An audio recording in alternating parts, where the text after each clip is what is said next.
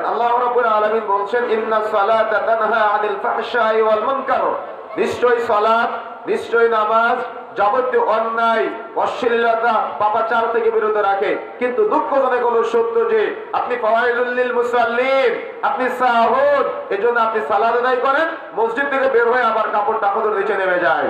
আপনি মসজিদে সালাত আদায় করেন, মসজিদ থেকে বের হয়ে সেলুনে গিয়ে রাসূলের সুন্নাত দাড়িগুলো একেবারে খান খান করে ফেলেন। মসজিদে সালাত আদায় করেন, মসজিদ থেকে বের হয়ে সিগারেটের আড্ডায় জড়িয়ে যান। মসজিদে সালাত আদায় করেন, মসজিদ থেকে বের হয়ে তামাক জর্দার নেশায় জর্জরিত হয়ে যান। অনেক মুসল্লি আছে, আরে অনেক ইমাম সাহেব আছে, এরা নামাজ পড়ে চায়ের দোকানে বসে সিনেমা দেখা শুরু করে।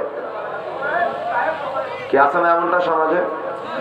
তাহলে এই যে চলতেছে, সালাত তো আদায় করে, নামাজও পড়ে, কিন্তু যাবতীয় পাপাচারের সাথে জড়িত। তাহলে আল্লাহর কথা মিথ্যা নাকি আপনার নামাজ হচ্ছে না? কি প্রশ্ন কঠিন হয়ে গেল নাকি? কথা বুঝেন নাই? আল্লাহর কথাকে মিথ্যা হতে পারে? কষ্ট লাগতেছে আপনাদের? কষ্ট তো লাগা তখন দরকার যখন আমি নামাজের কিছুই বুঝি না। কষ্ট তো, ব্যথা তো লাগা তখন দরকার। আপনি আমাকে দাওয়াত দিয়েন না, তাতে আমার যায় আসে না, তবে আপনাকে ইলম অর্জন করতে হবে। আপনি সালাত আদায় করবেন, কিন্তু সালাতের কিছুই বুঝবেন না।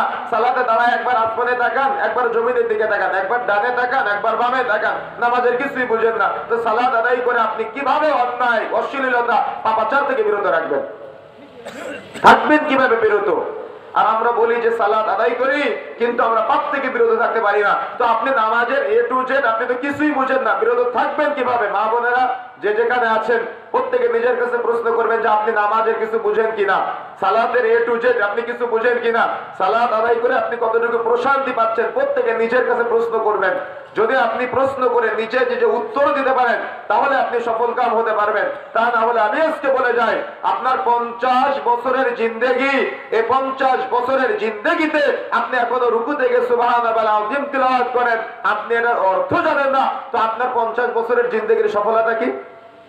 আমার কথা বুঝতে পারেন নাই? আপনার আল্লাহ রাব্বুল আলামিন 40 বছরের একটা জিন্দেগি দান করেছেন। এই 40 বছরের জিন্দেগিতে আপনি এখনো রুকু থেকে সুবহানাল্লাহ আযীম তিলাওয়াত করেন, সালাতে সূরা ফাতিহা তিলাওয়াত করেন, আপনি এর অর্থ বুঝেন না, তো আপনার এই জীবনের সফলতা কি?